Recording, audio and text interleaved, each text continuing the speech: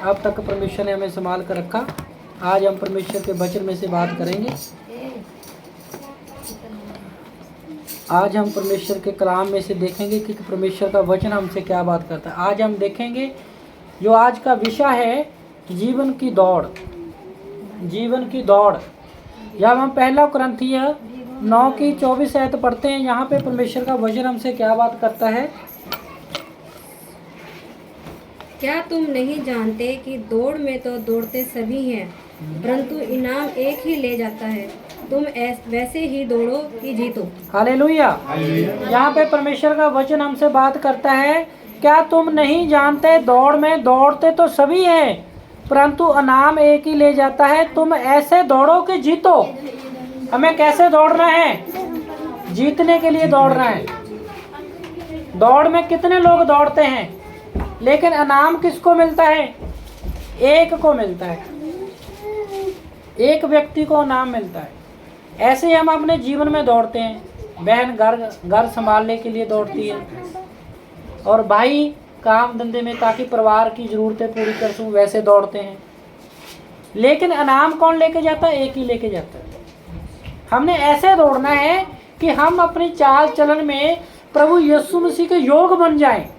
संत पौलुस जी हमें यहाँ पे समझाते हैं कि हमारे जीवन में दौड़, हमारे चाल चलन ऐसा होना चाहिए कि आपके अच्छे कामों को देखकर आपके परिवार आपकी इज्जत करें। भाई सबोध अच्छा काम कर रहा है, कैसे पता चलेगा? इसके जीवन की दौड़, इसका चाल चलन देख के पता चलेगा। ये बहन घर में कैसे रहती है, अगर पति थका हारा आता है उसको पानी का गिलास देती है। कई तो बहनें पति को पानी का गिलास ही नहीं देती। घर में लड़ाई झगड़ा होता है, फिर वो दौड़ में इनाम नहीं प्राप्त करते। वो घर में क्या होता है? फिर झगड़ा होता है। आज हम देखते हैं ना, घर में झगड़ा क्यों है? पति थका हुआ आया है, लेकिन पत्नी मोबाइल में बिजी है, टिकटॉक पे बिजी है, टीवी में सीरियल देखने में बिजी है, गाने सुनने में बिजी है।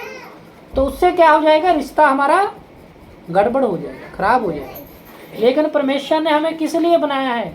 कि हम अपने पति की इज्जत करें, पत्नी से प्रेम करें, बच्चों को आज्ञाकारी सिखाएं। जब तक पति पत्नी आज्ञाकारी में नहीं रहेंगे, बच्चे हमारे आज्ञाकारी नहीं बनेंगे। अगर आप चाहते हैं कि आपके बच्चे आज्ञाकारी बने, तो सबसे पहले हमें आज्ञाकारी बनना है। कैसे बन पाएंगे? प्रभु यीशु मसीह के वचन के द्वारा। अच्छा चाल चलन चलोगे, प्रभु के यीशु मसीह को वचन को सुनोगे, अपने जीवन में लागू करोगे, हृदय पे लिखोगे, अपने बच्चों को समझाएंगे कि अगर प्रार्थना करोगे तो तुम जल्दी पास हो जाओगे। साथ में पढ़ो भी, पढ़ना भी जरूरी है, प्रार्थना भी करनी है, साथ में पढ़ना भी है। यहाँ पे संत पौलुस जी हमें समझाते हैं कि तुम अपने जीवन में ऐसे दौड़ो कि जीत लो, इनाम प्राप्त कर लो।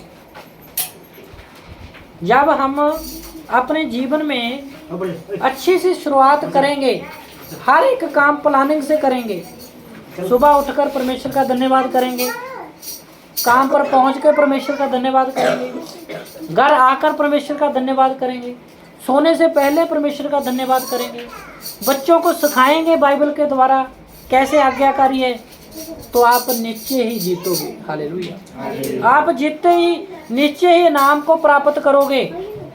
जब इनाम मिलता है कितने हम खुश होते हैं। फिर हम सेल्फी लेते हैं, फोटो डालते हैं, रिश्तेदार को बताते हैं मेरा बच्चा पास हो गया, आज मेरा बच्चा रेस में फर्स्ट आ गया, मेरा बच्चा पूरे पंजाब में 1 नंबर पे आया दौड़ में। कितनी हमें खुशी मिलती है। ये तो हमारे जीवन की दौड़ है। संत पौलुस जी हमें समझाते हैं कि अपने जीवन की दौड़ में आपको आज्ञाकारी में रहना है, प्रेम से रहना है, वफादारी से रहना है, हर काम में प्रभु की सेवा में चलते जाना है। ये कैसे हो पाएगा? जब हम वचन को सुनेंगे। हमारा सुनना गहरा होना चाहिए।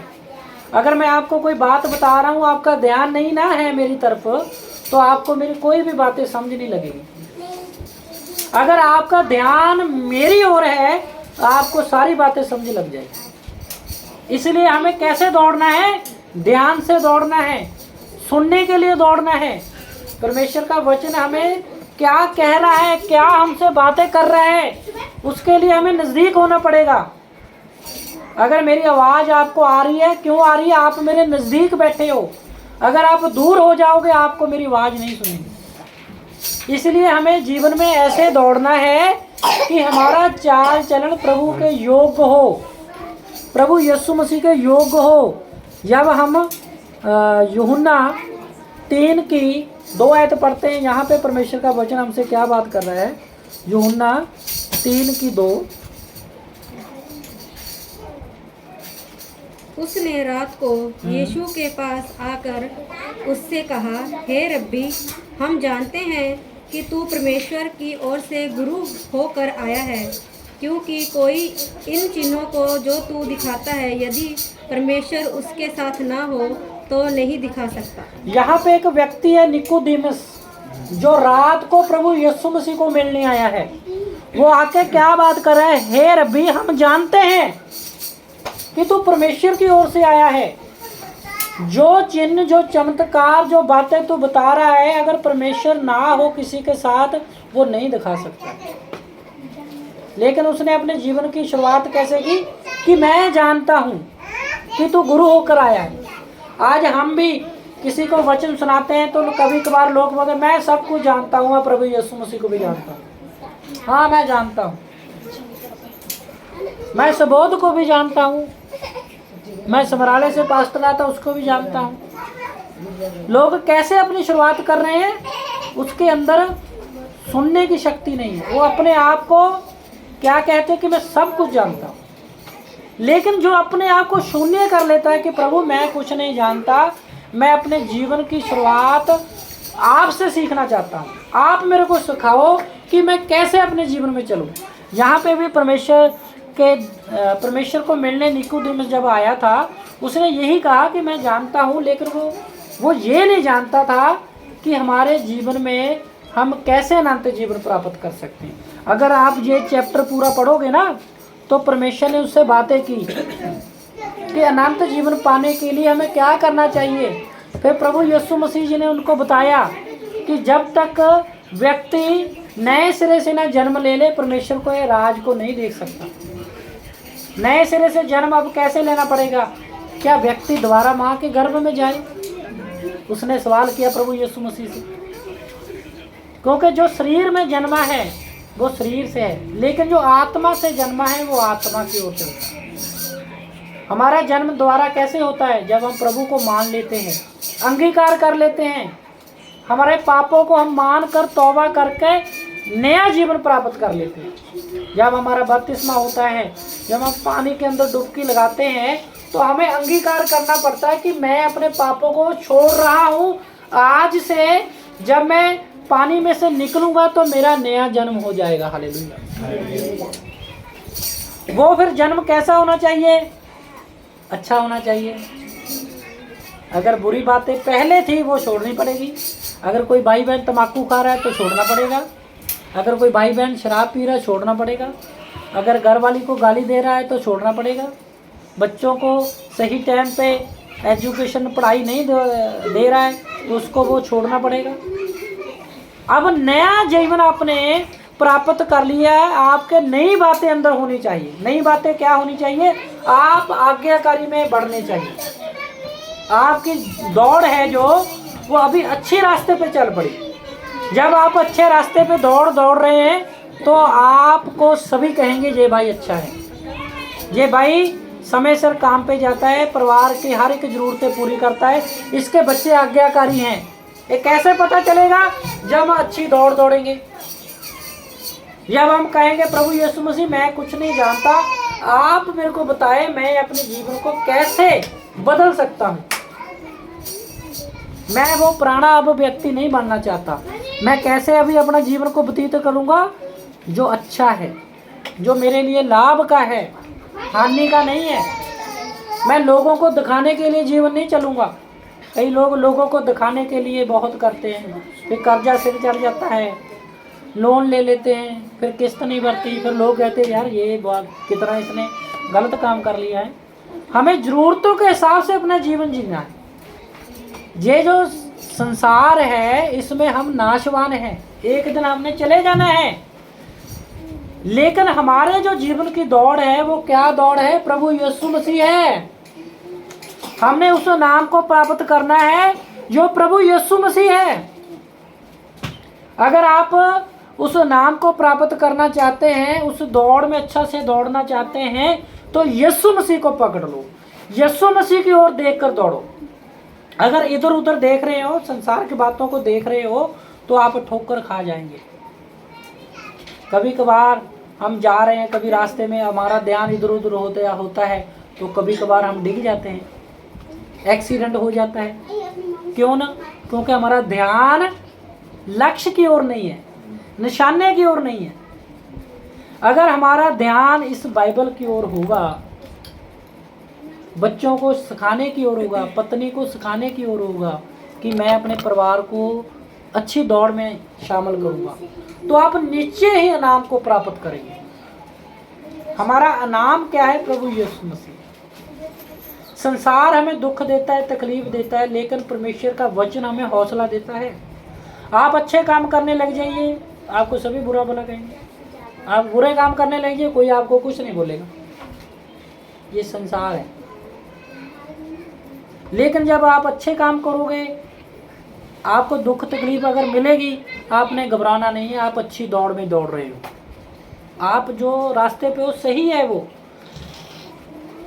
जब परमेश्वर हमारा न्याय करेगा तो हमें इनाम मिलेगा। हालेलुया। परमेश्वर कहेगा, भाई सबोध, आपके लिए ये कप रखा हुआ है, आपके लिए यह नाम रखा हुआ है। तूने अपने जीवन में अच्छी दौड़ दौड़ी है। तुम हर महीने संगति कराते थे, हर हफ्ते संगति कराते थे। लोग कितने आके वचन को सुनते थे, जिनका जीवन बदल गया। हम क्या हैं? हम प्रभु यीशु मसीह के अंग हैं। हर एक को सेवा करने का अधिकार दिया हुआ है। सेवा हम कैसे कर सकते हैं? ये नहीं कि पास्टर सेवा करता है, आप भी सेवा कर सकते हो। आप कैसे सेवा कर सकते हो? लोगों को वचन बता सकते हो, अपनी गवाही बता सकते हो कि पहले मैं ऐसा काम कर रहा था, आज मैं बदल गया हूँ। कैसे बदल गया? प्रभु यीशु मसीह के वचन से बदल गया। कई लोग ऐसे हैं, मैंने अपने जीवन में देखा है, वो जब अपनी गवाही बताते हैं ना, उसकी गवाही के द्वारा ही लोग बदल जाते हैं। हालेलुया। ये कैसे हो पाएगा? जब आप अच्छी दौड़ में हो, जब आप अपने बच्चों को आज्ञाकारी सिखाएंगे। अगर आप अपने बच्चों को बोल रहे बैठ जाओ, तो आपके बच्चे बैठने चाहिए। ये तो बच्चे बहुत समझदार है, देखो एक बार कहने से बैठ जाते हैं। इसका मतलब है कि ये आज्ञाकारी हैं, आप अच्छी दौड़ पे हैं। ये बच्चे देख लो, अभी शोर शराबा नहीं कर रहे। ये इनको कैसे ज्ञान प्राप्त हो गया?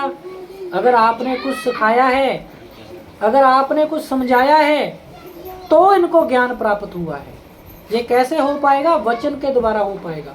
जब हम परमेश्वर के दासों को सुनते हैं, संगति में जुड़े रहते हैं। हमें चलाने वाला कौन है? हमारा प्रभु यीशु मसीह है। वो हमारा सिर है, हम उसके अंग पैर हैं।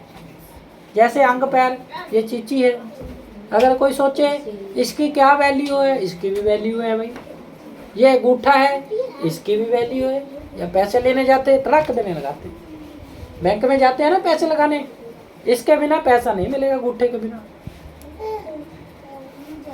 जो साइन नहीं करते उसको फिर बैंक वाले बोलते हैं ना, अरे भाई साहब, अरे बहन, इस पे अंगूठा लगाओ तब आपको 10,000 मिलेगा। देखो इसकी वैल्यू है, इस चीची की भी वैल्यू है। तो फिर कान में कुछ पड़ जाए, अरे करते रहे, है ना, हर एक चीज करते हैं। हर एक चीज की वैल्यू है। ये हाथ है, ये दाहिना हाथ है, हर एक चीज की जरूरत है। परमेश्वर ने हमें ऐसे ही बनाया। हम सब क्या हैं? मसीह के अंग हैं। हमें साथ में दौड़ना है, एक दूसरे को उठाना है। अगर कोई गिरा हुआ है उसको समझाना है। कैसे समझा पाओगे? वचन के द्वारा। प्रभु का वचन सिखाओ, प्रभु का वचन के द्वारा हम उसको उठाएंगे। अगर कोई गिरा हुआ है, हमने उसके ऊपर हंसना नहीं है, क्योंकि हम भी पहले गिरे हुए थे, हम पाप में थे। हमने प्रभु को जान लिया, आज हम अच्छी दौड़ में हैं। तो ऐसे ही हमने अपने अपने साथियों को प्रभु के वचन के बारे में बताना है, ताकि वो भी अच्छी दौड़ में शामिल हो जाए। इतना महान परमेश्वर है, इतना प्रेमी परमेश्वर है हमारा। हम परमेश्वर के वचन में देखेंगे। इब्रानियों 12:1 देखेंगे, यहाँ पे परमेश्वर का वचन हमसे क्या बात करता है। इब्रानियों 12:1। इस कारण जबकि गवाहों का एक ऐसा बड़ा बादल हम घेरे हुए हैं, तो आओ हर एक को रोकने वाली वस्तु को और उलझाने वाली पाप को दूर करके दौड़े जैसे कि हम दौड़ते हैं, धीरे से दौड़े। यहाँ पे परमेश्वर के दास संत पौलुस जी हमें बताते हैं कि इस कारण अब गवाहों का ऐसा बड़ा बादल हमको घेरे हुए है। गवाहों का ऐसा बड़ा बादल कहने का क्या मतलब है, अगर हम गिर जाते हैं तो हमें सबोध भाई गवाही देता है। सबोध भाई क्या है, गवाही का बादल है। जैसे हम बादल आ जाते हैं, हमें क्या पता चलता है कि अब बारिश होगी। अगर कोई व्यक्ति गिर जाता है तो आप अपनी गवाही उसको बतानी है। ये गवाही क्या होगी उसके लिए, बारिश का काम करेगी, रोशनी का काम करेगी। तो हमें इधर उधर की बातें छोड़कर दौड़ना है। उलझाने वाली वस्तु को छोड़ दो। किसी की बातें नहीं सुननी, लोग आपके बारे में क्या कह रहे हैं, क्योंकि लोग नहीं चाहते कि आप नाम को प्राप्त करो। लेकिन आपने लोगों को बताना है कि आप नाम कैसे प्राप्त कर सकते हैं। आपने लोग संसार जैसा नहीं बनना। आपने संसार को ऐसी बातें बतानी है जो प्रभु यीशु मसीह ने हमको सिखाई है, जिसके द्वारा हम नाम प्राप्त कर सकते हैं। क्योंकि हमने इनाम अकेले नहीं लेना है, हमने इनाम किसको दिलाना है, सभी को दिलाना है, ताकि जब हमारा न्याय हो, हम स्वर्ग में जाएं तो हमारे साथ हमारी मंडली भी जाए। हालेलुया। यहाँ पे परमेश्वर का वचन हमसे बात करता है, हर एक रोकने वाली वस्तु को, पाप को दूर करके दौड़ो, जिससे तुम नाम को प्राप्त कर सको। हमने ऐसे दौड़ना है, सुबह उठकर प्रार्थना करके दौड़ना है कि मैं काम पे जा रहा हूँ। ये दौड़ नहीं है कि भाग जाना है। दौड़ का मतलब ये है कि हमारे जीवन का चाल चलन कैसा है। सुबह उठती सार बहन प्रार्थना करे, परमेश्वर आपका धन्यवाद, मैं जीवित हूँ, मेरे पति सलामत है, मेरे बच्चे सलामत हैं। प्रभु जी मैं खाना बनाने जा रही हूँ, आप इसको आशीष दें। जब हम खाने को खाएं, ये खाना हमें हजम आ जाए। हम अस्पताल में देखते हैं बहुत सारे लोग हैं, खाना खाते हैं लेकिन उसको खाना हजम नहीं होता। डॉक्टर कहते हैं यार इसका लीवर खराब है, इसकी किडनी खराब है, कितनी बीमारी है। लेकिन हम जो चीज़ मिले प्रभु का धन्यवाद करके खा लेते हैं। क्यों खा लेते हैं कि परमेश्वर ने उसमें आशीष डाली हुई है। जब आप भी हर एक काम प्रभु यीशु मसीह के आगे प्रार्थना करके करेंगे तो आप निश्चय ही नाम को प्राप्त करेंगे। भाई जब काम पे जा रहे हैं प्रार्थना करके जाएं। बच्चों को सिखाएं कैसे प्रार्थना करनी है। ये जुड़े रहना है। अगर हमारे जीवन में कोई कमजोरी है, हम दुखी हैं, तो अपने भाई बहन को बोलें, भाई सबोध को बोलें कि मेरे लिए प्रार्थना करें, मैं कमजोरी महसूस कर रहा हूँ, मैं निराशा में हूँ, मेरे बच्चे आज्ञाकारी हो जाएं। मेरे बच्चे, हम देखते हैं आजकल बच्चे कितने शरारती हो गए, माँ बाप का कहना नहीं मानते। क्यों नहीं मानते वो? इसका मतलब माँ बाप भी पहले मान नहीं रहा, माँ बाप भी अपनी मर्जी कर रहा है, बच्चों के सामने गाली दे रहा है, पत्नी को पीट रहा है, पत्नी अपने पति को पूछ नहीं रही। इसका रोज का काम है। हम देखते हैं घर में लड़ाई क्यों है, अरे मेरे पति का तो रोज का काम है। क्या बताऊँ आपको बहन, पड़ोसियों को बता दें, मेरी पत्नी मेरी बात नहीं मानती। ये क्यों लड़ाई झगड़ा है? बच्चे आपको देख रहे हैं कि आपकी दौड़ कैसी है। अगर आपकी दौड़ अच्छी है तो आप ये टेंशन लेने की जरूरत नहीं, आपके बच्चे भी आज्ञाकारी होंगे। क्योंकि बच्चे सबसे पहले किसको देख रहे हैं? आपको देख रहे हैं। यहाँ पे परमेश्वर का वचन हमसे बात करता है कि इधर उधर की बातें छोड़कर अच्छी दौड़ दौड़नी है, ताकि हम उस इनाम को प्राप्त कर सके जो इनाम हमारा प्रभु यीशु मसीह है। इतना महान परमेश्वर है, इतना दयावंत परमेश्वर है। तो आज हमें अपने जीवन में निर्णय करना है, आज हमें इस बात को स्वीकार करना है कि मैं अपने जीवन की जो दौड़ है कैसे दौड़ूंगा। ऐसे दौड़ूंगा कि आज्ञाकारी में मैं बना रहूं, ऐसे दौड़ूंगा कि मेरे बच्चे मेरा चाल चलन देखकर खुश हो जाएं। मैं लोगों को दिखाने के लिए काम नहीं ऐसे करूंगा। बहुत सारे लोग हैं लोगों को दिखाने के लिए काम करते हैं। अगर आप प्रभु की सेवा के लिए कुछ दे रहे हैं तो दिखाने के लिए नहीं देना। अगर आप प्रभु की महिमा के लिए कुछ कर रहे हैं तो आपको इसका प्रतिफल मिलेगा। आप इसमें जरूर तरक्की करेंगे, क्योंकि परमेश्वर हर एक को उसके किए हुए उपकार के बदले 1000 गुना आशीष दे देता है। हम परमेश्वर के वचन में देखेंगे मत्ती 5 की 6 की 1 देखेंगे। मत्ती 6 की 1 यहाँ पे लिखा है, सावधान रहो, तुम मनुष्यों को दिखाने के लिए धर्म के काम ना करो, नहीं तो स्वर्गीय पिता से कुछ भी फल ना पाओगे। हमें अपने जीवन में कैसे दौड़नी है? मनुष्यों को दिखाने के लिए नहीं दौड़नी है। यहाँ पे परमेश्वर का वचन कहता है कि धर्म के काम तुमने कैसे करने हैं? प्रभु की महिमा के लिए करने, लोगों को दिखाने के लिए नहीं करने। अगर प्रभु की सेवा के लिए आपने पक्का दिया है, ये नहीं कि मेरा नाम उस पर लिख दो। अगर पास्टर जी को किसी सेवा के लिए दे दिया, मैंने पास्टर जी को इतना दे दिया, कुछ ये नहीं है। जब आप किसी को सेवा के लिए देते हो, परमेश्वर उसका प्रतिफल आपको देता है। यहाँ पे परमेश्वर का वचन कहता है कि मनुष्यों को दिखाने के लिए नहीं, वरना यहाँ स्वर्गीय पिता से कुछ फल ना प्राप्त करोगे। इसलिए जब तुम दान करो तो अपने आगे तुरली ना बजाना। कई लोग बोलते हैं ना, मैं इतना दान दे, लोगों को बताते हैं, अरे भाई आपको पता मैंने इतना दान दे दिया। परमेश्वर इन बातों से खुश नहीं होता। परमेश्वर किससे खुश होता है? जो लोग सच्चाई पे चलते हैं। जब हम इसी की 5 की 16 आयत पढ़ते हैं, यहाँ पे परमेश्वर का वचन क्या कहता है, इसी प्रकार तुम्हारा उजाला मनुष्यों के सामने चमके कि वह तुम्हारे भले कामों को देख के तुम्हारे पिता की जो स्वर्ग में है बड़ाई करे। यहाँ पे परमेश्वर ने क्या एक बात बोल दी कि तुम्हारे धर्म के काम ऐसे होने चाहिए जिसमें तुम्हारी महिमा ना हो कि भाई सुबोध ने ये दान किया है, फिर हम प्रतिफल नहीं पाएंगे। लेकिन लोग ये कहें कि सचमुच सुबोध प्रभु को मानता है, कितने अच्छे धर्म के काम कर रहा है, तो आपको प्रतिफल मिलेगा। समझ गए आप? मेरी बात समझ रहे हैं ना? कैसे फल मिलेगा? जब हम परमेश्वर की महिमा के लिए काम करेंगे, अपनी महिमा के लिए नहीं कि लोग मेरी वाह वाह करें।